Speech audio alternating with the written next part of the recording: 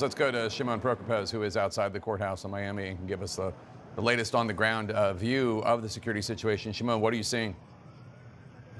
So, Jake, we're standing on the corner where everyone here, from law enforcement to some of the supporters, have now gathered as they get ready for the former president to drive this way and enter the courthouse. We expect this to happen at any minute. As you can see now, some of the highway patrol, the motorcycles are here. This was not here earlier.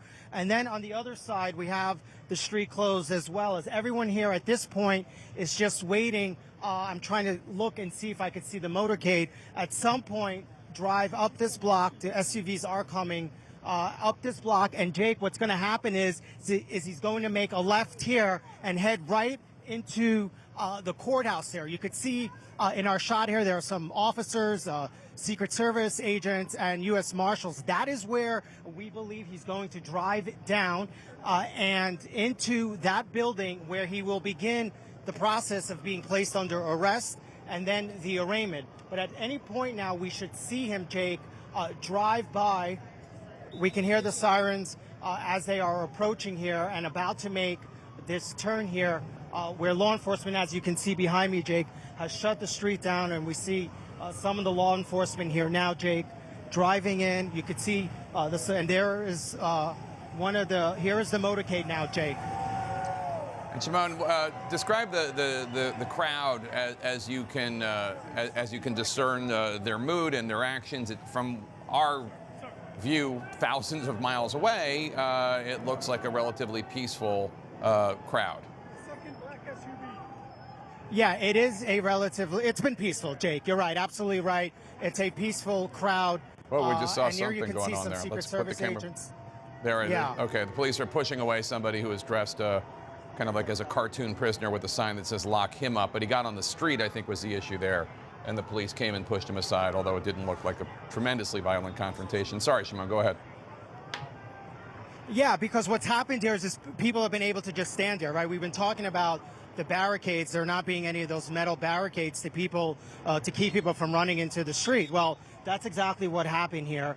People can run freely. All we have really are the officers who are standing around trying to keep people back. But now the former president, Donald Trump, is inside the federal building where he will be placed under arrest, Jake, where he will be taken in, processed, as we've been talking about, the fingerprinting, the other things that they do in the process. And so now we await for his appearance, Jake. All right, Shimon Prokupecz, thank you so much. And as we watch these images, let's chat with my panel here. And Dana Bash, I mean, we should just take a moment here. This is a historic day, and not in the good sense. This is the second time a former president, Donald John Trump, has been arrested and arraigned. The first time it's on federal charges. All of the swirling politics, all of the back and forth, the defend him, not defend him, you're exactly right. That is all maybe for this moment important to put aside and to mark the history, that this is something that they will be learning about in history books for a very, very long time, forever.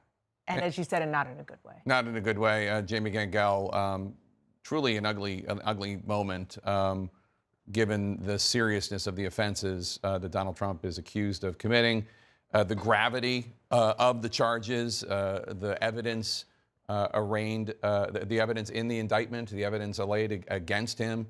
And if you talk to Republicans who are not in the thrall of MAGA, the former Attorney General Bill Barr, who's very supportive of Trump under many accusations, but not in this one, talking about the gravity of these allegations. Bill Barr saying if half of what's in the indictment is true, it's horrible for Donald Trump.